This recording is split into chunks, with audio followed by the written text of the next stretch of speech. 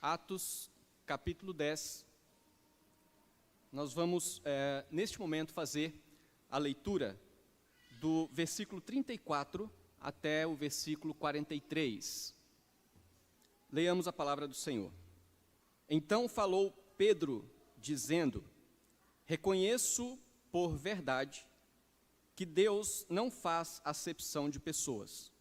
Pelo contrário, em qualquer nação, aquele que o teme e faz o que é justo lhe é aceitável. Esta é a palavra que Deus enviou aos filhos de Israel, anunciando-lhes o evangelho da paz por meio de Jesus Cristo. Este é o Senhor de todos. Vós conheceis a palavra que se divulgou por toda a Judeia, tendo começado desde a Galileia, depois do batismo que João pregou. Como Deus ungiu a Jesus de Nazaré com o Espírito Santo e com poder, o qual andou por toda parte fazendo o bem e curando a todos os oprimidos do diabo, porque Deus era com ele. E nós somos testemunhas de tudo o que ele fez na terra dos judeus e em Jerusalém, ao qual também tiraram a vida pendurando-o no madeiro. A este ressuscitou Deus no terceiro dia e concedeu que fosse manifesto, não a todo o povo, mas às testemunhas que foram anteriormente escolhidas por Deus, isto é, a nós que comemos e bebemos com ele, depois que ressurgiu dentre os mortos. E nos mandou pregar ao povo e testificar que ele é quem foi constituído por Deus, juiz de vivos e de mortos. E nos mandou pregar, dele todos os profetas dão testemunho de que, por meio de seu nome, todo aquele que nele crê recebe a remissão de pecados. Neste momento, nós vamos mais uma vez orar ao nosso Deus, buscando a direção para que o Senhor nos dê a instrução da sua palavra, para que nós sejamos edificados e fortalecidos por aquilo que o Senhor tem a nos ensinar nesta noite. Vamos orar ao nosso Deus. Senhor nosso Deus, bendito seja o teu nome, porque o Senhor nos trouxe à tua casa para adorarmos o teu nome, para bendizermos a ti. E agora pedimos que o Senhor fale ao nosso coração, que o Senhor nos instrua, o Senhor nos ensine, ó Deus, de forma que sejamos edificados pela tua palavra, em nome de Jesus. Amém. Meus queridos irmãos, nós estamos acompanhando nos relatos do livro de Atos, a partir de um tema de Jerusalém até os confins da terra. Até porque esse é o propósito do livro de Atos, nos mostrar, nos ensinar que o Evangelho de Jesus Cristo, ele foi dado aos seus discípulos mais próximos, e depois este Evangelho alcançou aqueles que estavam um pouco mais distantes, e assim o Evangelho se espalhou até aos confins da terra. O Evangelho se espalhou e chegou a nós. E o livro de Atos nos narra exatamente isso. Como o Senhor disse aos seus discípulos: vós recebereis poder ao descer sobre vós o Espírito, e sereis minhas testemunhas, tanto em Jerusalém, na Judeia e Samaria, e até aos confins da terra.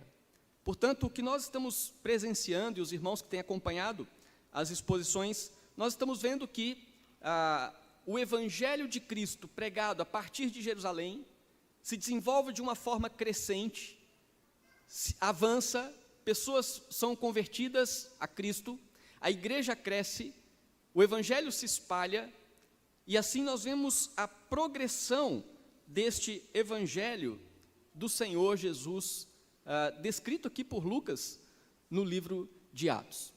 Na exposição anterior, talvez não consigamos lembrar muitas coisas, até porque já fazem alguns dias, mas nós vimos a forma como Deus converteu o coração de um homem que era perseguidor da igreja, Saulo. Este homem que lutava contra a igreja, que perseguia a igreja, este homem que era contra o evangelho de Cristo, foi alcançado pelo poder de Deus e a sua vida foi virada de cabeça para baixo.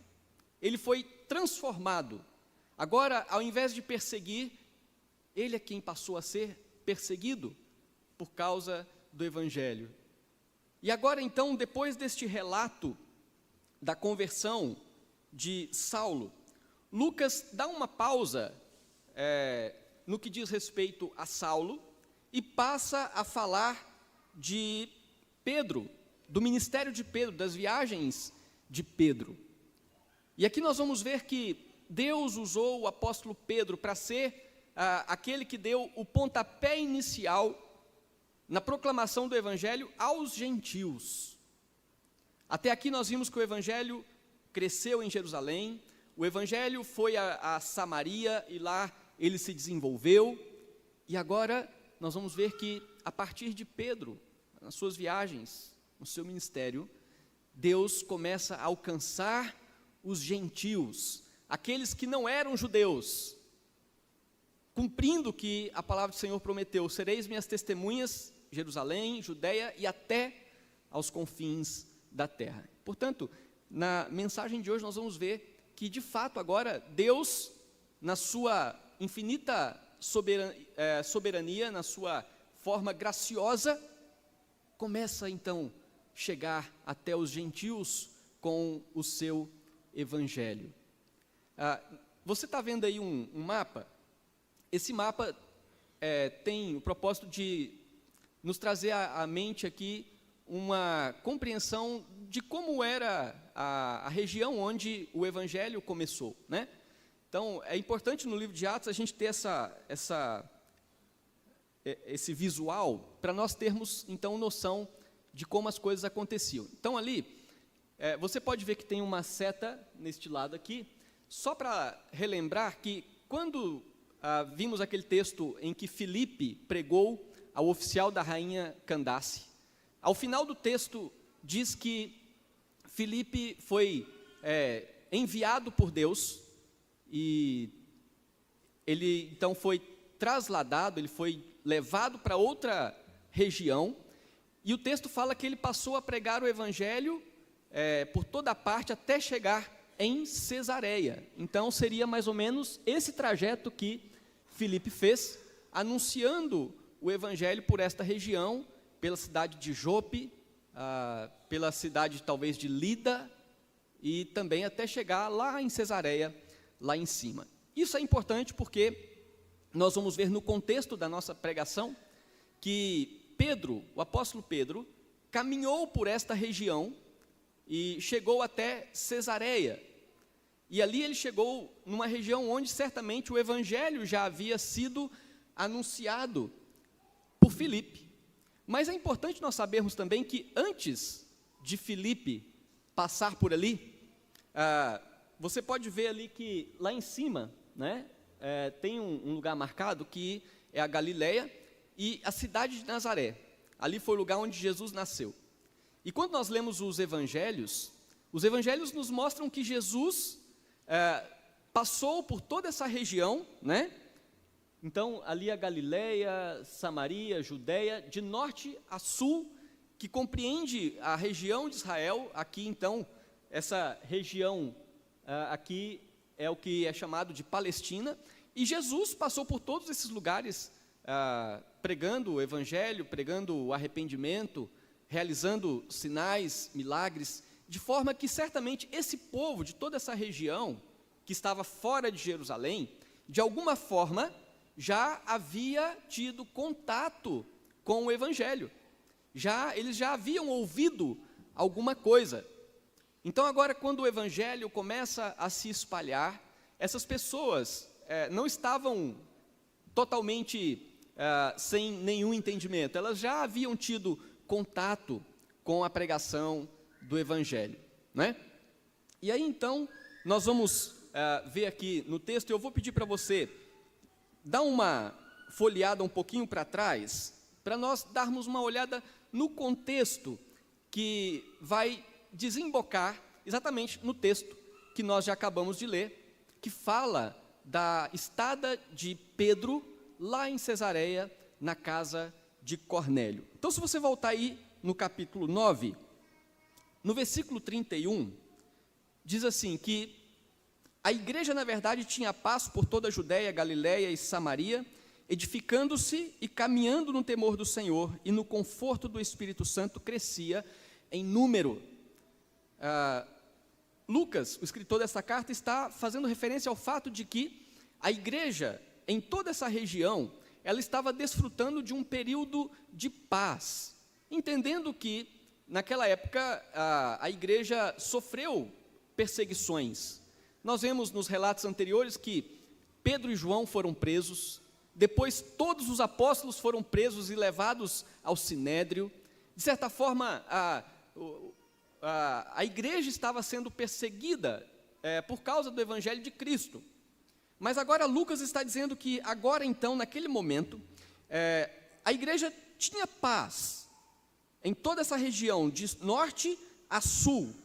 E ela, com isso, estava sendo edificada, ela caminhava no temor do Senhor, e ela era confortada pelo Espírito Santo. A igreja tinha paz também no aspecto de que ela agora compreendeu, aquelas pessoas compreenderam que a relação do pecador com Deus é uma relação de paz, porque agora, na relação com Deus por meio de Cristo, nós não somos mais inimigos de Deus, mas agora nós temos um relacionamento de paz com Deus. Então, nesses dois aspectos, a igreja tinha paz. O texto continua e fala aqui de algumas experiências, de algumas situações que envolveram o apóstolo Pedro, que saiu de Jerusalém, começou a sua caminhada, e uma das experiências que ele teve foi com a cura de Enéas. Do versículo 32 em diante diz assim: passando Pedro por toda a parte, desceu também aos santos que habitavam em Lida. Encontrou ali certo homem chamado Enéas, que havia 8 anos jazia de cama, pois era paralítico. Disse-lhe Pedro: Enéas, Jesus Cristo te cura, levanta-te e arruma o teu leito. Ele imediatamente se levantou. Viram-no todos os habitantes de Lida e Sarona, os quais se converteram ao Senhor. Então aqui nós temos o outro mapa que mostra a trajetória que Pedro fez saindo de Jerusalém, parando então nesta cidade chamada Lida, que é o que nós acabamos de ler aqui, onde ele encontra com um homem paralítico há 8 anos. E Pedro, orando por aquele homem, ele disse que ele deveria tomar o seu leito e andar. Nós já falamos aqui algumas vezes que na igreja primitiva, Deus concedeu dons extraordinários aos seus apóstolos. Em Atos, capítulo 2, diz que muitos sinais e prodígios eram feitos por intermédio dos apóstolos. Não eram todos os membros da igreja que saíam fazendo milagres por onde eles andavam, mas Deus deu dons extraordinários, como de cura, né? E outros dons aos apóstolos. E Pedro aqui, tendo o dom da cura, ele então simplesmente diz àquele homem: levanta e anda. Deus age de forma soberana no decorrer da história, e o que nós vemos na história é que esses dons extraordinários, Deus não mais os dá aos seus servos. Deus continua agindo de forma soberana, contudo, de outras maneiras. Então, a Pedro, um dos apóstolos, ele se dirige àquele homem e ele anda. O importante é nós notarmos que no versículo 35 fala que viram-no todos os habitantes de Lida e Sarona, os quais se converteram ao Senhor. Esse era o propósito de Deus ao realizar aqueles sinais extraordinários através dos apóstolos naquele período. E assim, então, muitas pessoas daquela cidade se converteram. A outra experiência que nós vemos envolvendo o apóstolo Pedro na sua caminhada, na sua viagem, está escrito do versículo 36 em diante. Havia em Jope, agora uma outra cidade, uma discípula por nome Tabita, que é um nome aramaico, Nome este que traduzido quer dizer Dorcas. Dorcas, que é o seu nome escrito na língua grega. Era ela notável pelas boas obras e esmolas que fazia. Ora, aconteceu naqueles dias que ela adoeceu e veio a morrer. E depois de a levarem, puseram-na no cenáculo. O cenáculo, que era a parte superior das casas, né? Então, era como uma laje, e ali na parte de cima era o cenáculo. E aquela mulher, tendo morrido, eles a levaram para o cenáculo, para a parte superior da casa, e ali, então, eles estavam velando, fazendo aquele processo, o ritual, né? Quando uma pessoa morre. Como Lida era perto de Jope, ouvindo os discípulos que Pedro estava ali, enviaram-lhe 2 homens que lhe pedissem: não demores em vir ter conosco. Pedro atendeu e foi com eles. Tendo chegado, conduziram-no para o cenáculo. E todas as viúvas o cercaram, e chorando e mostrando-lhe túnicas e vestidos que Dorcas fizera, enquanto estava com elas. Mas Pedro, tendo feito sair a todos, pondo-se de joelhos, orou. E voltando-se para o corpo, disse: Tabita, levanta-te. Ela abriu os olhos, e vendo a Pedro, sentou-se. Ele, dando-lhe a mão, levantou-a, e chamando os santos, especialmente as viúvas, apresentou-a viva.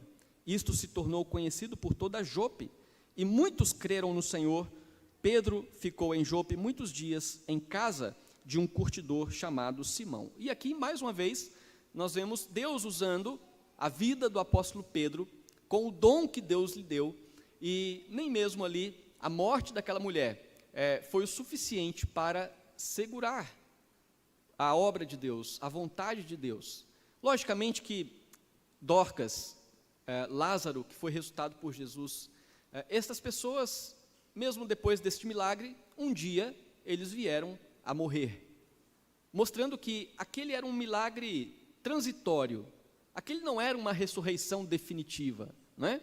Mas essa ressurreição de Dorcas, a ressurreição de Lázaro, apenas nos testifica o fato de que o poder de Deus é soberano, e que, assim como Deus pode ressuscitar, como ressuscitou essas pessoas ali fisicamente, Ele é aquele que ressuscita a nossa alma para uma nova vida, e Ele é aquele que nos ressuscitará no último dia de uma forma plena, de uma forma definitiva.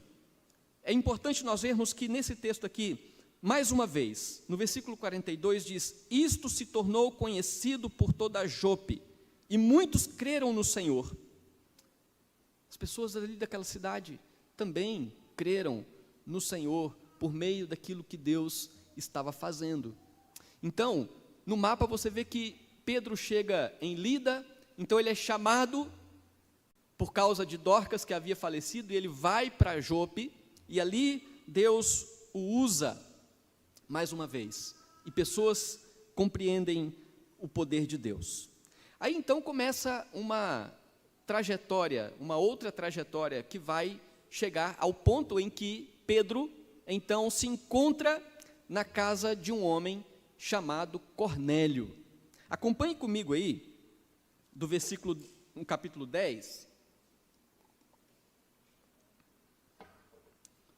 Morava em Cesareia um homem de nome Cornélio, centurião da corte chamada Italiana. Cornélio era um oficial do exército romano, ele não era judeu. Cornélio era um oficial que cuidava de aproximadamente 100 homens do exército romano, da corte chamada Italiana. Por que ele era um romano que morava em Cesareia? Porque o Império Romano, ele abrangia tanto a região da Palestina, como também a região mais para cima da parte da Europa. O Império Romano era um império poderoso da época e que dominava grande parte do mundo daquela época. Portanto, ali em Cesareia habitava um oficial romano, e o texto fala que ele era piedoso e temente a Deus com toda a sua casa, e que fazia muitas esmolas ao povo e de contínuo orava a Deus. Esse homem observou claramente durante uma visão, cerca da hora 9ª do dia, isso por volta das 3 horas da tarde, um anjo de Deus que se aproximou dele e lhe disse: Cornélio. Este, fixando nele os olhos e possuído de temor, perguntou: o que é, Senhor? E o anjo lhe disse: as tuas orações e as tuas esmolas subiram para a memória diante de Deus. Agora, envia mensageiros a Jope e manda chamar Simão, que tem por sobrenome Pedro. Ele está hospedado com Simão curtidor, cuja residência está situada à beira-mar. Logo que se retirou o anjo que lhe falava, chamou 2 dos seus domésticos e um soldado piedoso dos que estavam a seu serviço, e havendo-lhes contado tudo, enviou-os a Jope. Então aqui o texto está dizendo que Cornélio, um homem temente a Deus, um homem que tinha um conhecimento a respeito de Deus, talvez ainda não um conhecimento completo, mas Deus dá a ele uma visão, e nesta visão Deus o ordena que ele mande chamar a Pedro, que estava em Jope, porque o fato é que Deus havia dito a Cornélio que Pedro teria uma mensagem para levar até eles. Então, na sequência do texto, diz que, então, Cornélio, obedecendo ao que Deus havia dito a ele, ele chama os seus servos e mandam esses seus servos até Jope, onde ali eles encontrariam Pedro e diriam a ele aquilo que Deus disse ao seu senhor, chamado Cornélio. O texto fala que Pedro, enquanto os servos de Cornélio vinham ao encontro dele, então Pedro, lá na casa de Simão, lá em Jope, por volta da hora sexta, que era por volta de meio-dia, ele sobe na parte de cima da casa para orar. E ali, enquanto ele orava, ele teve uma visão. A visão que Pedro teve foi a visão de que descia como que um lençol, e neste lençol havia toda espécie de animais quadrúpedes, né, e animais que estavam naquele lençol, e Deus deu uma ordem para ele: Pedro, toma e come. E Pedro ficou assustado com aquela ordem de Deus. E aí nós entendemos que a razão era que, para o povo de Israel, existiam muitos animais que Deus havia proibido que eles comessem. E certamente, na visão de Pedro, dentre esses animais que ele viu na sua visão, ali estavam animais que Deus havia proibido que eles comessem. Os gentios se alimentavam desses animais normalmente, e era proibido aos judeus frequentar a casa dos gentios e se alimentar com eles daqueles animais que Deus havia então proibido. Deus havia colocado uma barreira entre o seu povo e os gentios nesse aspecto. Mas agora Deus fala: Pedro, toma e come. E Pedro não entendeu de imediato o que significava aquela visão. Contudo, mais à frente, Pedro entende qual foi o sentido daquela visão. Deus estava dizendo para Pedro: Pedro, a barreira que eu coloquei entre vocês, meu povo judeu, e os gentios, eu estou retirando essa barreira. Não existe mais esta barreira entre vocês. Deus estava com isso ordenando a Pedro que ele não tivesse resistência em ir até os gentios e estar na casa dos gentios e pregar o evangelho mais para os gentios, porque o próprio Deus agora ele está retirando esta barreira. E Pedro compreendeu esta mensagem, ele compreendeu. E então, ao receber aqueles homens que vieram por ordem de Cornélio, Pedro imediatamente obedece. E no outro dia, diz o texto, na sequência, diz que Pedro foi, juntamente com alguns irmãos de Jope, até a casa de Cornélio. E o texto, então, vai desenvolvendo, diz que Pedro foi com eles, e aí, então, nós chegamos na parte que nós lemos. Eu vou apenas voltar um pouquinho antes. No versículo 24 em diante, diz assim, acompanhem comigo aí no capítulo 10. No dia imediato, entrou em Cesareia. Cornélio estava esperando por eles, tendo reunido seus parentes e amigos íntimos. Então Cornélio, aquele oficial do exército romano, chamou para a casa dele os seus parentes, chamou seus amigos íntimos, porque estava vindo para sua casa Pedro. Então, é interessante porque Cornélio, os seus amigos e os seus parentes ali criaram uma expectativa da chegada de Pedro. E diz o texto que então ele reuniu, e no versículo 25, aconteceu que indo Pedro a entrar, lhe saiu Cornélio ao encontro e prostrando-se aos pés, o adorou. Hoje pela manhã nós estávamos falando sobre a Igreja Católica Romana, que tem Pedro como o primeiro Papa, né? Que tem Pedro como a pedra angular, como que alguém que deve ser quase que venerado e adorado. Mas é interessante porque o próprio texto aqui, quando Pedro chega à casa de Cornélio, Cornélio, por não compreender exatamente as coisas nesse aspecto, ele se prostra aos pés de Pedro, e Pedro diz: ergue-te, que eu também sou homem. Versículo 27, falando com ele, entrou, encontrando os seus, muitos reunidos ali, a quem se dirigiu dizendo: vós bem sabeis que é proibido a um judeu ajuntar-se, ou mesmo aproximar-se de alguém de outra raça, mas Deus me demonstrou que a nenhum homem considerasse comum ou imundo. Ali reunido com aquelas pessoas, Pedro já fala: vocês sabem que eu sou judeu, e Deus proibiu que eu estivesse com vocês aqui, que eu me ajuntasse com vocês, que eu comesse com vocês, mas agora Deus me demonstra que eu deveria estar aqui com vocês.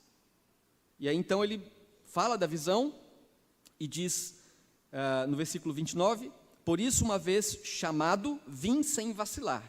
Pergunto, pois, por que razão me mandaste chamar? Então Pedro pergunta para Cornélio: Cornélio, tudo bem, Deus me mostrou, Deus me falou, você me mandou chamar, mas por quê? Qual que é o objetivo? Por que você me mandou chamar? Aí Cornélio responde, versículo 30, respondeu-lhe Cornélio: faz hoje 4 dias, que por volta desta hora, estava eu observando em minha casa a hora 9ª de oração, e eis que se apresentou diante de mim um varão de vestes resplandecentes. E aí Cornélio conta ali a visão que ele teve e a razão por que ele mandou chamar a Pedro. Então agora, nós chegamos no texto que nós lemos inicialmente. E aí nós podemos, nesse texto, aprender algumas verdades encontradas, aprendidas na visita de Pedro a Cornélio. Uma das verdades que nós aprendemos aqui na visita de Pedro a Cornélio é que o evangelho deve ser pregado a todos. Essa é uma das verdades que nós encontramos aqui. O evangelho deve ser pregado a todos indistintamente. Pedro estava quebrando uma barreira cultural na pregação do evangelho.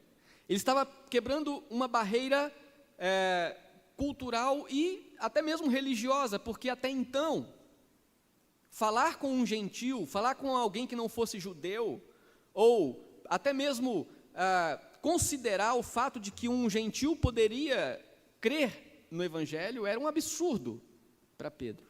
Mas agora ele compreende que o evangelho deveria ser pregado a todos. Jesus já havia dito isso aos seus discípulos, quando ele disse que eles deveriam pregar o evangelho a toda criatura, batizando-os em nome do Pai, do Filho e do Espírito Santo. Essas verdades foram amadurecendo no coração dos apóstolos, e agora Pedro se encontra numa situação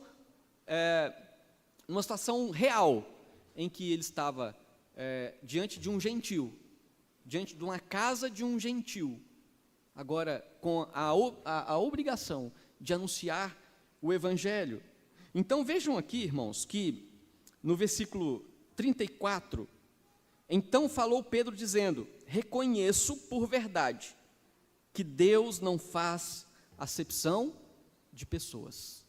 Agora Pedro reconhece, ele ali de forma clara, objetiva, ele entende que o evangelho deveria ser pregado naquela casa, embora fossem gentios, e a razão é porque Deus não faz acepção de pessoas. E no versículo 35, pelo contrário, em qualquer nação, aquele que o teme e faz o que é justo lhe é aceitável. Vejam só como o apóstolo Pedro agora compreende que o evangelho deve ser pregado a todos, indistintamente, porque Deus não faz acepção de pessoas.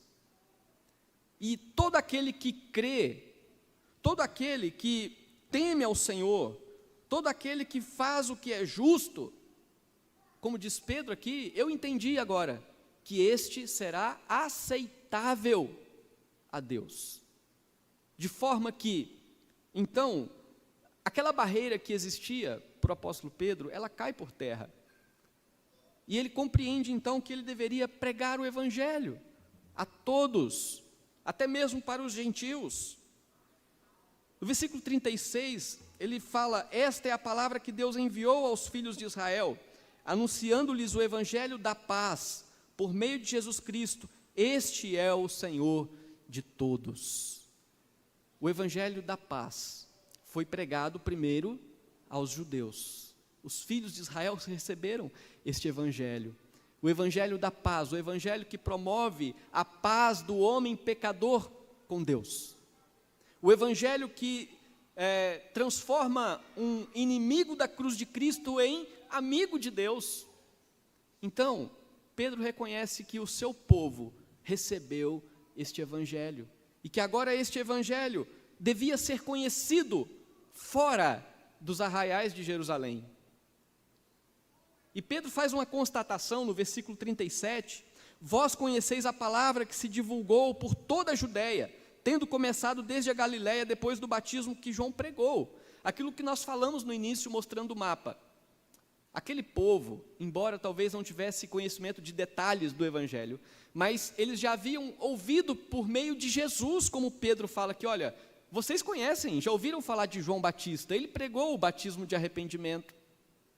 Vocês já ouviram falar, no versículo 38, como Deus ungiu a Jesus de Nazaré, com o Espírito Santo e com poder, o qual andou por toda parte, fazendo bem e curando a todos os oprimidos do diabo, porque Deus era com ele. Aquelas pessoas já ouviam falar de Jesus, eles já presenciaram, possivelmente, aquilo que Jesus havia feito. Contudo, agora eles estão tendo um contato com o evangelho de uma forma mais clara.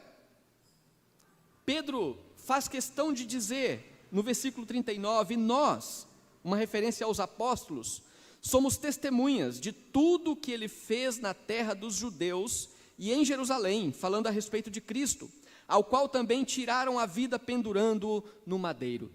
Então Pedro faz referência a Cristo, dizendo, olha, esse Jesus do qual vocês ouviram, é aquele que foi pregado no madeiro. Ele foi morto. Ele foi morto por causa dos nossos pecados. Mas aí Pedro não para na informação de que Jesus foi morto.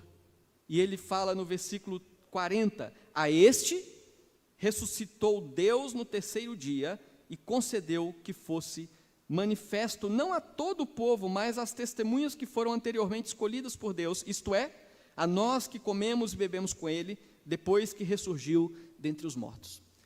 O evangelho pregado por Pedro ali, aos gentios, é um evangelho que contempla o anúncio de que Cristo morreu, ele foi morto, ele foi pregado na cruz. Mas é um evangelho que contempla o fato de que Jesus ressuscitou dentre os mortos, e Jesus ressuscitou e demonstrou provas da sua ressurreição, principalmente aqueles que viviam mais próximos a ele. Esse é o evangelho que deve ser pregado, que Jesus foi morto, mas ele ressuscitou, e os gentios estavam agora ouvindo este evangelho da salvação. E aí, no versículo 42, diz assim, e nos mandou pregar ao povo e testificar que ele é quem foi constituído por Deus, juiz de vivos e mortos. Agora Pedro fala para aquelas pessoas que Jesus que foi morto, que ressuscitou, ele também é o juiz de vivos e mortos. ou seja, daqueles que ainda estão vivos, daqueles que já morreram, porque haverá um dia em que todos, os que já morreram e os que estiverem vivos, estarão perante o seu tribunal. Este Jesus é o juiz, diante do qual todos deverão prestar contas. E Pedro termina essa parte dizendo: dele, todos os profetas dão testemunho de que, por meio do seu nome, todo aquele que nele crê, recebe remissão de pecados. Olha que maravilhoso, irmãos. O apóstolo Pedro, que até então entendia que os gentios não eram merecedores de ouvir o evangelho, agora ele entende que o evangelho deve ser pregado a todas as nações, que o evangelho deve ser pregado a todos, porque Deus não faz acepção de pessoas, deve ser pregado a todos porque é por meio desse evangelho que Deus transforma o coração, é por meio deste evangelho que Deus traz remissão de pecados a todos aqueles que crerem em Jesus. E ali estava Pedro pregando aos gentios, dando esse pontapé inicial da expansão do evangelho, saindo de Jerusalém, alcançando agora os gentios. Então, essa é uma das verdades que nós aprendemos aqui, que o evangelho deve ser pregado a todos, de maneira que nem eu nem você podemos olhar para uma pessoa e falar: não, aquela pessoa ali, eu acho que eu não devo pregar o evangelho para ele por causa disso ou por causa daquilo. Não existe por causa disso nem por causa daquilo, no que diz respeito a pregar o evangelho para alguém. Se a pessoa vai crer no evangelho, isso é com Deus. Mas a nós não cabe julgar se alguém deveria ou não ouvir o evangelho. Nós temos muitas vezes uma tendência de dizer: não, aquela pessoa ali é tão incrédula, mas tão incrédula, que nem adianta pregar o evangelho para ela. Aquela pessoa é de uma cultura tão contra Deus, que eu nem vou perder tempo pregando o evangelho para aquela pessoa. E talvez Pedro pensasse a respeito, exatamente dessa forma a respeito dos gentios. E Deus leva Pedro diante daquelas pessoas. E ele entendeu: não, eu preciso pregar. Nós não podemos deixar de pregar o evangelho a qualquer pessoa que seja. Nós não podemos criar barreiras na pregação do evangelho. Então, quando eu e você, de fato, encontrarmos com alguém, ou tivermos a oportunidade de falar do evangelho para alguém, ainda que no nosso coração a gente venha pensar: não, acho que nem compensa, é o nosso dever, porque o evangelho transforma quem Deus quer, o evangelho transforma quem Deus deseja transformar, independente de quem quer que seja. O evangelho deve ser pregado a todos. Mas aí nós encontramos uma outra verdade nesse texto, que é a última que nós vamos ver aqui, com respeito à visita de Pedro na casa de Cornélio. E é a verdade de que o evangelho, ele transforma profundamente o coração do pecador. Essa é a outra verdade que nós encontramos aqui, e nós podemos ver aí, do versículo 44 em diante, diz assim: ainda Pedro falava estas coisas. Que coisas? Ele estava na casa de Cornélio, diante dos seus amigos, diante dos seus parentes, diante daquelas pessoas que não eram judeus, e ele estava falando de Cristo que morreu, que ressuscitou, e que ele é o juiz de vivos e mortos, e que todo aquele que nele crê terá remissão de pecados. E aí diz o texto que ainda Pedro falava estas coisas quando caiu o Espírito Santo sobre todos os que ouviam a palavra. E os fiéis que eram da circuncisão, que vieram com Pedro, admiraram-se, porque também sobre os gentios foi derramado o dom do Espírito Santo. Aqui um fato importante que nós precisamos pensar e registrar é que o texto fala que aquelas pessoas que eles estavam e que ouviam o evangelho, sobre eles caiu o Espírito Santo. Este evento acontece no livro de Atos 3 vezes. Esse evento que denota a presença do Espírito Santo através de alguns sinais extraordinários. acontece em Atos 2, lá em Jerusalém, quando Deus confirma o cumprimento das suas promessas com respeito ao Espírito Santo, a quem? Aos judeus. Atos 2. Este mesmo evento acontece, como registrado lá em Atos 8, em Samaria. As pessoas reunidas ali creram no Evangelho e o Espírito Santo de Deus veio a eles com sinais. Por quê? Estava testificando que o Evangelho não era apenas para Jerusalém, mas era também para Samaria e Judeia. E agora, mais uma vez, a terceira e última vez que isso acontece aqui no livro de Atos, quando o Evangelho chega então aos gentios, aos confins da terra. Por que que isso é registrado? Exatamente para mostrar que a promessa que Deus fez foi para Jerusalém, Judeia, Samaria e também para os confins da terra. Este é um evento único da história e que às vezes nós vemos nos dias atuais pessoas tentando fazer repetir esse evento, tentando fazer com que as mesmas coisas que aconteceram ali se repita. Contudo, este não era o propósito de Deus, tanto é que este evento não é registrado mais em nenhuma outra ocasião, em nenhuma das cartas escritas no Novo Testamento, exatamente porque ali Deus estava mostrando claramente, a minha promessa já foi cumprida em Jerusalém, Judeia e Samaria, e agora foi cumprida nos confins da terra. De maneira então que fica claro que o Evangelho é o Evangelho que transforma profundamente, e a prova de que o Evangelho transforma profundamente é que o Espírito Santo de Deus passa a habitar no coração daquele que creu no Evangelho. Então, depois disso, certamente, esse mesmo evento que é a habitação do Espírito de Deus transformador no coração daqueles que se converteram ali, continua acontecendo. Ele aconteceu com você, se você creu em Jesus. Ele aconteceu comigo. Contudo, sem as mesmas manifestações externas, como aconteceu ali. A palavra de Deus diz que o Espírito testifica com o nosso Espírito que nós somos filhos de Deus. Isso é uma prova de que o Espírito Santo, na nossa conversão, passou a habitar em nosso coração, nos dando esta convicção.